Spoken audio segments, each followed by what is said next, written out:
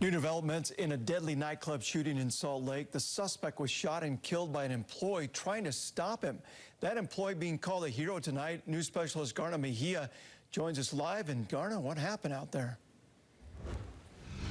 You know, it was a wild night. Employees tell us they were getting ready to close down the bar. Everything unfolded around 1:30 this morning.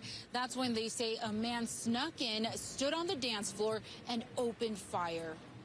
In my mind, you don't know what's going on. Ryan De La Huerta was at Echo Nightclub when shots rang out. When the gunfire started, it was a lot of gunfire.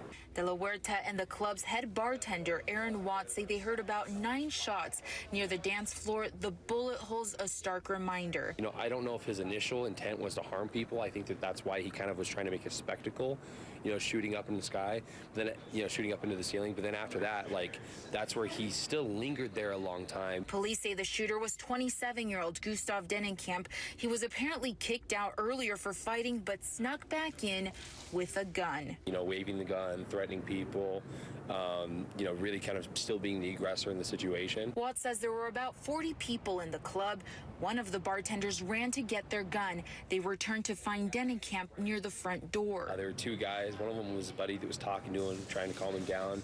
The other one was a bystander trying to disarm him. But Watts says the suspect started waving the gun. When he was out, he was essentially, you know, kind of going out, and that's when I tried to get his attention. He turned around to point the gun at me. And that's when he says the bartender fired 1 shot. I told him, hey, man, you got to shoot him before he hurts anyone. Aim for his shoulder, and just got him right in the shoulder. Watts says an Army vet stepped in to do CPR while they waited for paramedics. Who knows what else would have happened?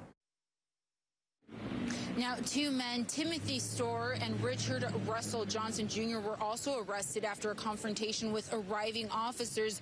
Johnson is facing charges for assaulting an officer. Now, if that weren't enough, things got crazier. Police say that they also have reports of shots being fired outside of the club, although it is unclear who fired those shots. That is also under investigation tonight.